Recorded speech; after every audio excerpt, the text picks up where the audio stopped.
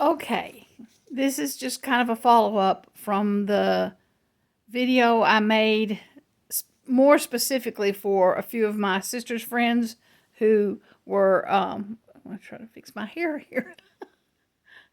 Clearly, I'm not an influencer or any of those fancy people that normally do these things. But anyway, forget it. I'm getting off point here.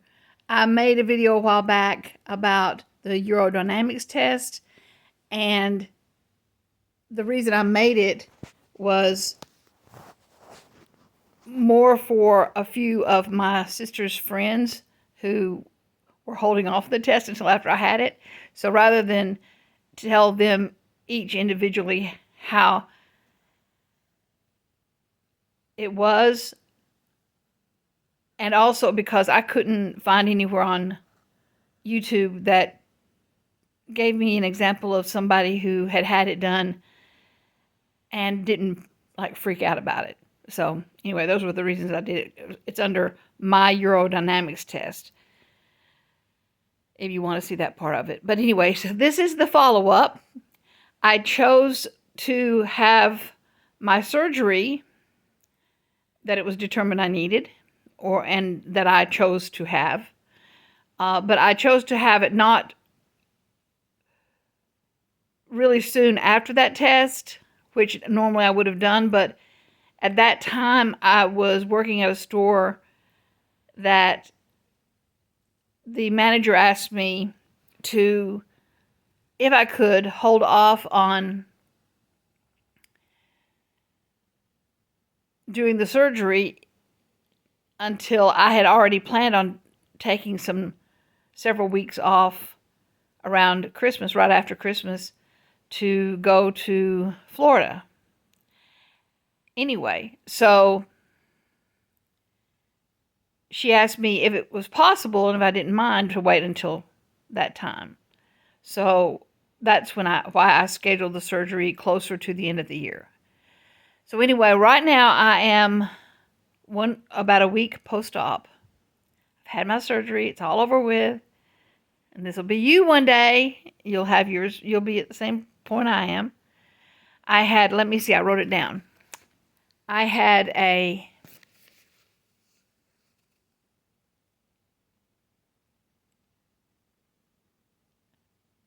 don't know if I can pronounce all these words. I had a sacrospinous ligament fixation, anterior colporophy, and a cystoscopy. Anyway, basically, I had an anterior vaginal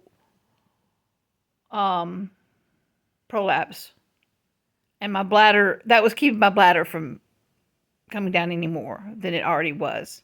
That was kind of holding it in, kind of like a sling. It made its own sling that kept everything from falling out completely. And that's why what they did, they fixed it all. They pushed it all up in there, back up in there, and attached it. So about 2 weeks, I guess it was about 2 weeks before the surgery, I had appointments. Since my surgery was all done at Vanderbilt, I love the fact that you can go over 100 Oaks, where 100 Oaks used to be, and they have the one area that you can go to all the different doctors. So I had all my pre-op work done there, and basically it was just walking from place to place, and then some blood work, and then they told me about all of the steps that would be taken and everything like that. Not in detail, but just what I needed to do, when I needed to stop taking certain pills, that kind of thing, like they always do when they're doing pre-op stuff. So I did all that. Never once, I went to 3 doctor's appointments that day and never once took my clothes off. And I was prepared for 3 different exams. So that was kind of nice. But anyway, I did that about a couple of weeks beforehand. The only thing, and then the morning of my surgery, of course, you stop eating. Pretty much the same as any time that you're going to be under anesthesia, they had me stop eating around midnight. So it wasn't really a big deal. I didn't take I have 2 different blood pressure medicines, and one of them is a diuretic blood pressure medicine, and I didn't take that morning. But a new thing that they do is have you drink this carb drink, and it wasn't bad, but it's kind of like what you'd give a baby or an old person. Not that I'm old, you understand. I mean, I don't know why they keep acting like I'm old, delusional or something. I don't know, but anyway, it's an Ensure. It's a type of Ensure drink. Anyway, the flavor I had was strawberry, and so they had me drink one of the bottles of it after I had dinner the night before the surgery, and then the other bottle, because I'm not diabetic, they had me do it on my way. Basically, I had to be at the hospital 2 hours before the surgery, so they had me do it on the way to the surgery. So that wasn't, and it didn't taste bad at all to me, as long as it was really, really cold. My doctor had told me, she said, just make sure you have it nice and chilled, nice and cold, because it's going to be so much better. And that's true. Anyway, so I did all that. We waited for a while. And then when they called me back, of course, it always seems like it takes forever. And that waiting room was really filled up because it was December 17th. So a lot of people tried to do surgeries and stuff right before the end of the year because of insurance purposes. So I'm sure that's one of the reasons. But it seemed like it took forever, but it really didn't. And they called me back. Excuse me. They called me back, prepped me, which means basically they put the IV in. In my case, they put it in my hand because I have horrible arm veins. And, I put my gown on and all that kind of stuff. So then they called my daughter back, who my older daughter is the one that brought me.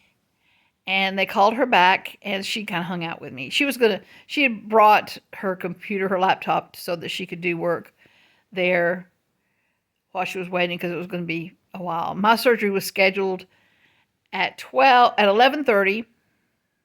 I think that was or they moved it 11:30 or 12, but it didn't start then, which is normal.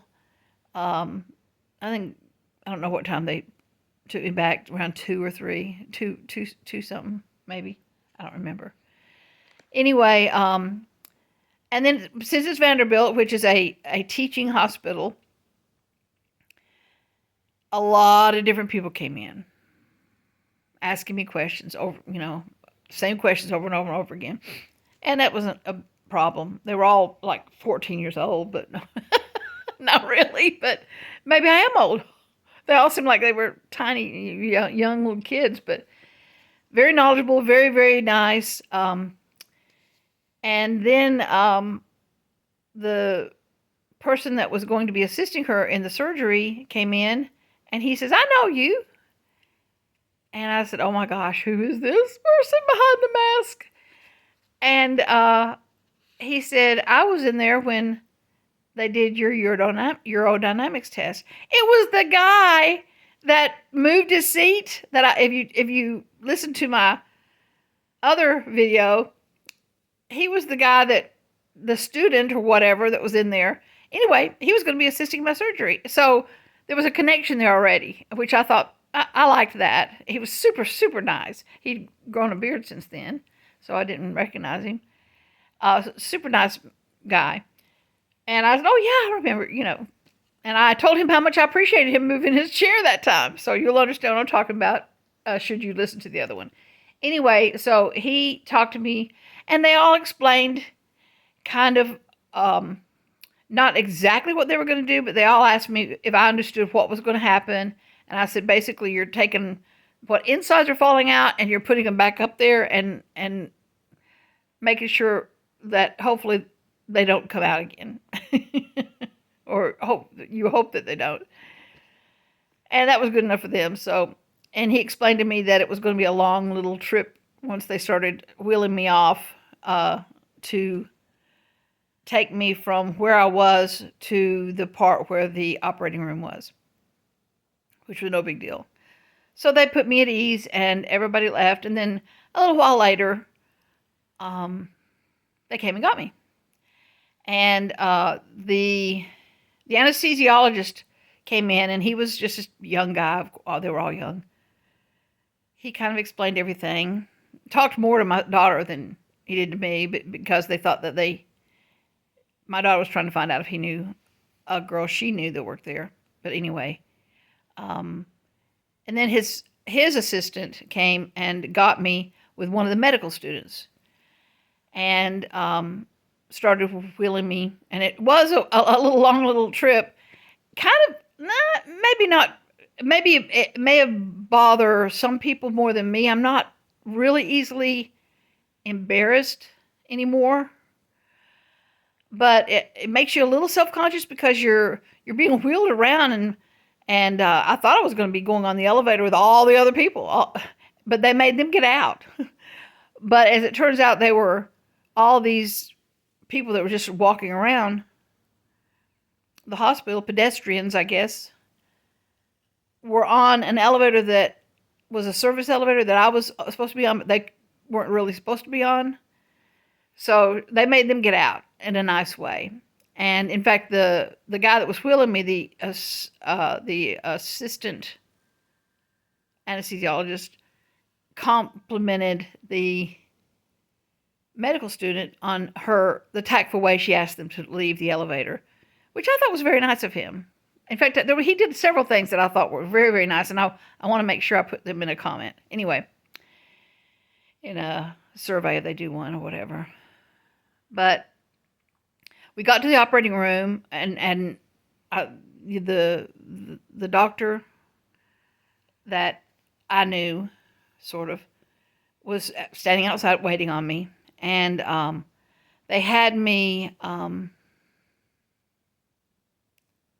slide over to the surgical table. I didn't have to maneuver myself like you do in the gynecologist, scoot down, scoot down. But they talked to me for a little while, and when I scooted over, one of the stirrup things that they put your legs in was sticking up, and I said, "Oh my gosh, you hide that! Y'all ought to hide that," because that made me a little nervous. And I don't think it was supposed to be sticking up like that, so they just kind of scooted it down. But they did. They put a great big huge patch thing on my back, because I looked it up later. Because I'm of a certain age that they're concerned about tearing my skin, because my skin is so much more fragile. So it was very nice of them to do that, although I'm not old. I don't know what they were thinking. I'm not sure why they're taking so many steps like I was some kind of old person or not, but 71 is not old, not in my head. But anyway, they did that, and that covered almost my entire back. And then they wrapped those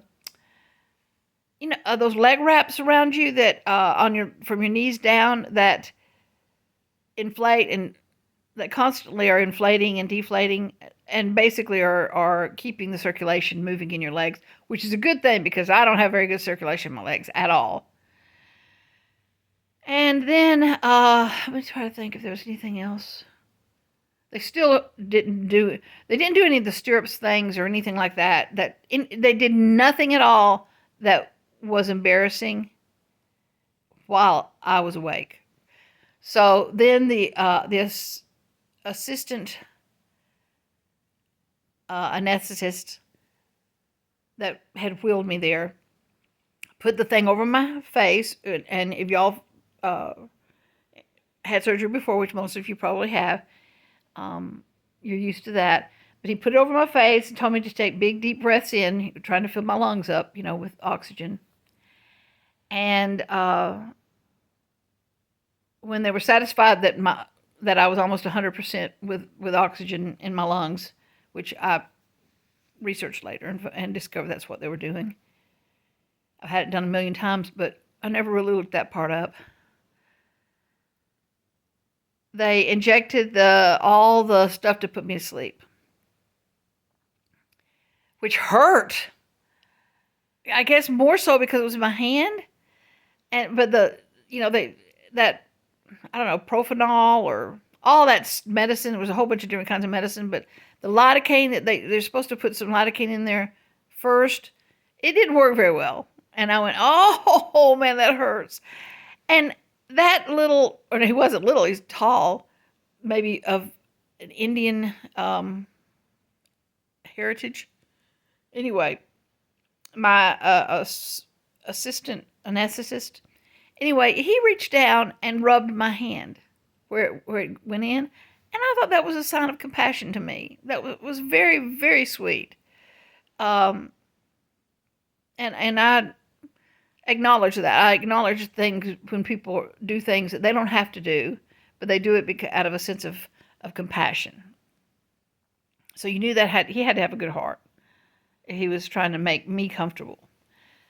So he kept rubbing my hand. In fact, he was so concerned about my hand hurting that he kept moving my mask on like this. And I finally just said, "You remember tried to tell him my mask is in." And then he fixed that, and then he just would rub my hand every now and again. And I don't know how long it took me to fall asleep, but I can always tell that feeling when it comes along that you get right before you're about to go completely under. I get a feeling in my jaws. I'm not sure why. And then it starts. It's almost the sides. It's like it comes in from the sides, for me personally. But anyway, and then I was out. And the next thing I know, of course, which is also awesome. I love being put to sleep as far as not being aware of anything that's happening. They're unwrapping me and untaking me loose and all that kind of stuff. So I was awake. They were telling me to wake up and all this kind of stuff. I don't remember being wheeled back to the other place, or maybe I wasn't in another place. I guess I wasn't back at the place that I was, so I don't know how close it was or how far. I don't remember that process. I just remember I must have fallen back asleep again, and then when I woke up, I was in this room with a bunch of other people, except, of course, we had curtains all around us. But the recovery room, and this wonderful nurse, her name was Hudson. Just loved her. She was so sweet. And also, 5 years old. I don't know how old she was. But she was doing all the stuff that you do to recover, to get people to recover. I had a catheter still in me. And I felt pretty good. Except my leg, my right hip, was absolutely killing me. And I was not expecting that. And I'm sure it was because of the way they had me positioned during the surgery. My right leg was probably in a position that it's not used to being anymore. I'm not quite that supple, or I don't know. I can't move in positions like I might have when I was in my younger days. But all I know is she was giving me everything she could to help ease my pain. I couldn't be still. I was expecting, down in my abdominal region, or down in my vaginal area, I expected all that to hurt. But I totally was not expecting my hip. It was as bad or worse than when I had bursitis, extreme bursitis right before my back surgery. I had it in my left hip. This felt like the absolute worst part of that. And nothing they were giving me was relieving me. It was not comfortable. But everything else felt fine. So that doesn't mean that that would be the same with anybody else. She was trying every way to relieve me. I think it was just, in my case, the position that I had been in didn't sit well with my hip. But at some point, she took the catheter out for me to go to the bathroom. My daughter got called in, and she was hanging out with me. And they gave me some ginger ale to drink. Of course, I had to take that because she was another pill that she was trying every way in the world to make my hip stop hurting. But anyway, they took the catheter out because they had to see if I could go to the bathroom by myself. Now, when I sat up and I stood up, it helped my hip. It felt so much better. It relieved a lot of the pain in my hip. And just walking from the gurney that I was on to the bathroom was maybe 15, 20 steps. But that hip made my hip feel better. And I actually did go to the bathroom, which I was so afraid I wouldn't be able to because I'd already signed a form saying that I agreed that if I didn't go to the bathroom enough, that I would have to go home with a catheter. And they were trying to decide if I felt like comfortable removing the catheter by myself or after 2 or 3 days or coming back and having them remove it. And I'd signed a paper saying that I thought I could do that just fine because I thought I'll be dadgum if I'm going to keep it in there as soon as I get home and taking it out, which is not very good. But anyway, that in my mind, that's what I was going to do. But I went to the bathroom. I thought I went to the bathroom a whole lot. I thought I was doing great. And it wasn't, I was still so numb everywhere that I don't think that, I think that may have been helping with all that. But, I of course, avoided in a hat. They call them hats, those plastic things where they measure it. But anyway, then I went back to the gurney and sat there, and she measured everything, and it was right on the border of being able to not have to put the catheter back in. So she measured it, and then she did an ultrasound of my abdomen to see of my bladder to see how much urine was still in there, and I still had quite a bit in there, but I was right on the border of all that. So she said, well, let's give it a minute or two, and you can try again, and we'll measure whatever you are able to do any more. If you're able to give me any more, we can add that to the measurement. She's trying every way in the world because I really, really, really did not want to go home with the catheter in. And so I wasn't able to produce too much more. I thought I was, but it wasn't even enough to measure. But when she called them, they said it was close enough that they thought that would be okay. So I didn't have to have the catheter put back in. And basically, they got me ready, and I was able to, they wheeled me down to the place where normally they would take you to the entrance of or some kind of place, and whoever's taking you will pick you up there. But this guy, he just took us right to the car. I mean, he wheeled me in the parking garage and everything. He wheeled me all the way to the car, which, I mean, everybody was so nice. I don't care. I know that there's some negative things said about Vanderbilt, but I've had one doctor there that I didn't care for. Way back when I had my surgery, my big surgery for my stage 2 or 3 melanoma on my leg, and the doctor that was supposed to do the tissue graft and all that kind of stuff. He's the only person that I've had I had a negative experience. Everybody else has been wonderful, absolutely wonderful. Every single person I've experienced there, the students all the way up to the associates or all the different titles that they have, everyone. So, I think that any hospital, that you go to there will be some people that have had a bad experience there. And I think that's the case with any hospital. And Vanderbilt's huge. And it's also a learning hospital or teaching hospital, whatever you want to call it. All I can say is I am quite content and quite happy being a patient there. They've been wonderful to me in every aspect of everything I've done. And some things have not been comfortable over the years. But anyway, get back to the point. I'm digressing. Isn't that a big word? I love that word, digressing. Um, so when I got home, my daughter had to sign a paper or something agreeing to stay with me that night. So, and I don't think she minded too much. So I had put some soup on the night before, or that morning before we left for the hospital, and I was hungry.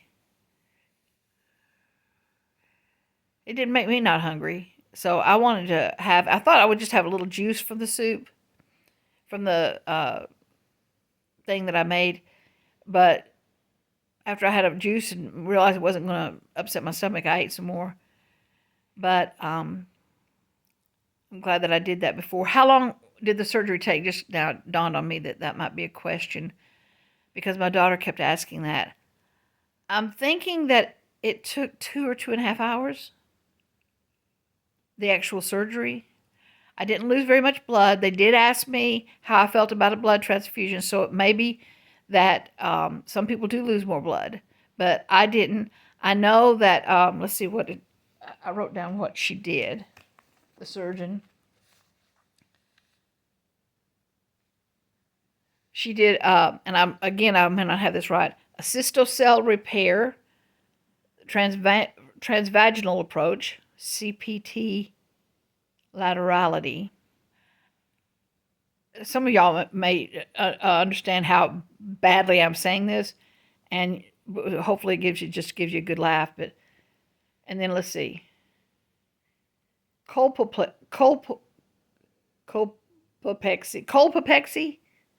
vaginal, extraperitoneal, CPT, laterality, cystoscopy, CPT, laterality.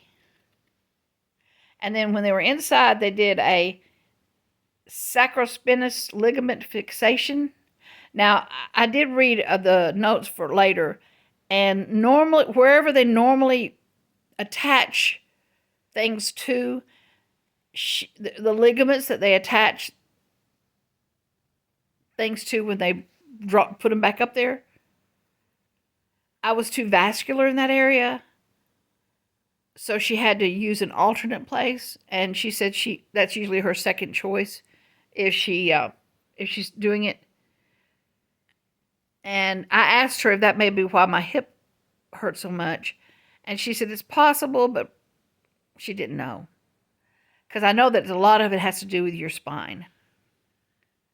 There's things in there that they attach to. And then she did an intracell and anterior vaginal repair and a cystoscopy. Anyway, that's what they did. So I did not have to have a blood transfusion. Everything went well. I got home in the same day. We got home around, it was around 8 or 9 that night, I think. So if you start early in the morning, you're probably going to get home around rush hour. But we started the surgery early afternoon.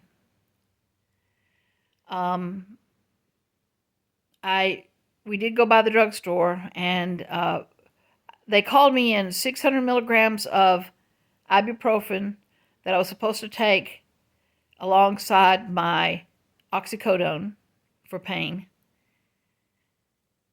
And I was supposed to get that 600 milligram tablets of ibuprofen, which the drugstore did not give us. And I was supposed to get that lidocaine,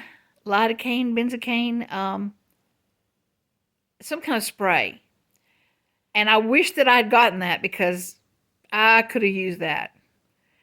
And the drugstore, the person that gave us our